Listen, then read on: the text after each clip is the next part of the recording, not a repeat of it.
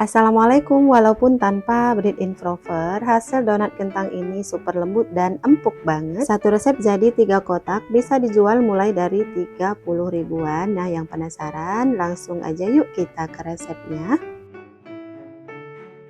Oke, langkah pertama di sini sudah saya siapkan tepung terigu protein tinggi sebanyak 250 gram, tambahkan gula pasir 40 gram, susu bubuk 20 gram, 4 gram ragi instan. Lalu semua bahan kering ini kita aduk dulu sampai tercampur rata. Setelah rata, saya tambahkan 1 butir telur. Ini telurnya ukuran besar. Berat telurnya 70 gram ditimbang bersama cangkang. Selanjutnya saya tambahkan 100 gram kentang yang sudah dikukus dan dihaluskan. Dan kentangnya dimasukkan dalam keadaan tidak panas lagi atau suhu ruang ya. Dan selanjutnya saya tuang air dingin dari kulkas sebanyak 40-50 gram. Untuk airnya wajib banget dituang secara bertahap untuk mengontrol adonan, dan takaran airnya bisa kurang atau lebih tergantung besaran telur atau kadar air yang ada di dalam kentang ya. Nah, setelah diuleni beberapa saat, adonannya sudah menjadi setengah kalis kayak gini. Saya tambahkan margarin 25 gram dan garam 2 gram. Oke, setelah margarin dan garamnya masuk, lanjut kita uleni pakai mixer. Ini saya mixer menggunakan kecepatan sedang atau nomor 3. Nah, ini setelah dimixer kurang lebih 15 menit, adonannya sudah terlihat mengkilat dan nggak lengket lagi di wadahnya, tandanya adonan sudah kalis dan elastis. Dan stick mixernya juga mudah banget dilepas dari adonan ya. Oke, selanjutnya saya pindahkan adonan ke meja kerja, kemudian saya ambil sedikit untuk mengetes keelastisannya. Nah, ini saya bentangkan. Jika membentuk selaput tipis yang nggak gampang sobek, artinya adonan sudah pas dan sudah elastis ya. Sekarang adonannya saya uleni sebentar untuk membuang gas udara yang terlanjur terbentuk di dalam adonan. Kemudian saya bulatkan sampai padat dan rapat, tujuannya agar saat dibagi-bagi nanti adonan tidak keburu mengembang. Dan permukaannya saya oles tipis-tipis menggunakan minyak goreng supaya tidak kering. Oke, sekarang adonannya akan saya bagi-bagi per dohnya seberat 35-36 gram. Karena saya mau bikin donat kentang yang reguler, jadi ukurannya itu lumayan besar ya teman-teman. Setelah dibagi-bagi adonannya saya tutup supaya tidak kering. Oke, sekarang kita ke proses rounding. Ambil satu adonan, kemudian kita rounding sampai padat dan mulus. Pertama adonannya saya bulatkan dulu kayak gini, lalu di rounding sampai bulat dan mulus di atas meja atau alas kerja.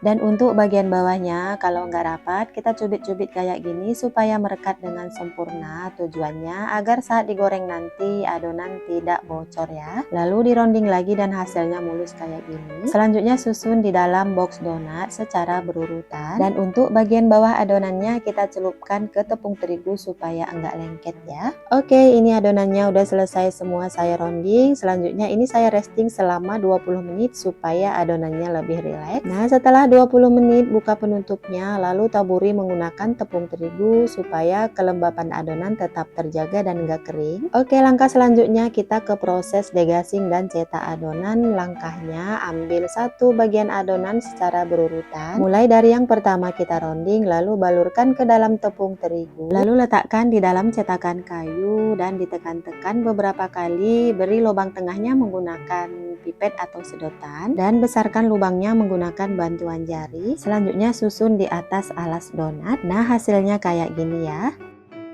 Ambil kembali adonan secara berurutan. Sekarang kita ambil yang nomor 2. Oke, ambil kembali adonan secara berurutan, kemudian cetak dan degassing seperti di video ya. Lakukan hal yang sama sampai selesai. Nah, teman-teman, untuk cetakannya saya menggunakan cetakan kayu diameter 7 cm.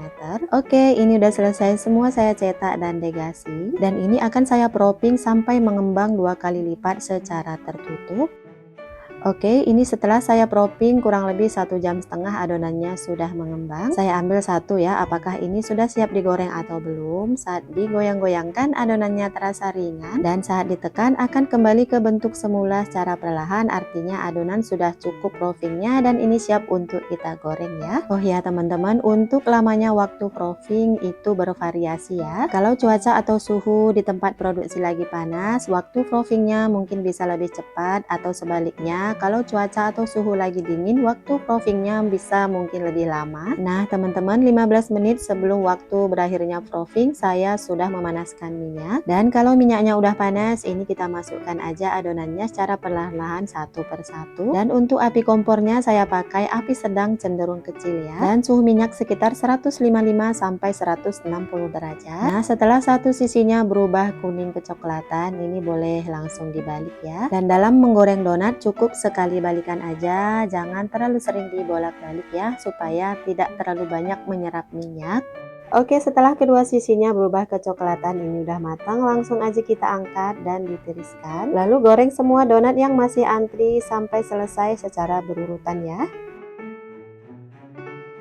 Oke teman-teman, ini donatnya udah selesai semua saya goreng. Nah, kalau donatnya udah dingin, sekarang saya topping. Nah, untuk dijual usahakan toppingnya semenarik mungkin ya. Di sini saya pakai topping glaze coklat dan juga meses coklat. Kemudian glaze coklat dengan kacang tanah kupas yang sudah disangrai kemudian dicincang. Lalu ada juga buttercream yang dilapisi dengan keju parut.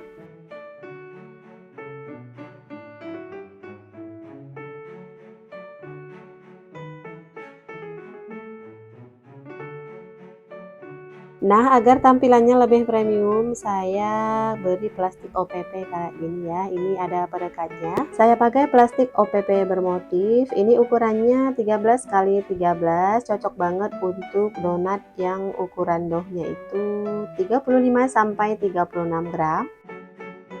Nah, hasilnya kayak gini, cantik banget bukan?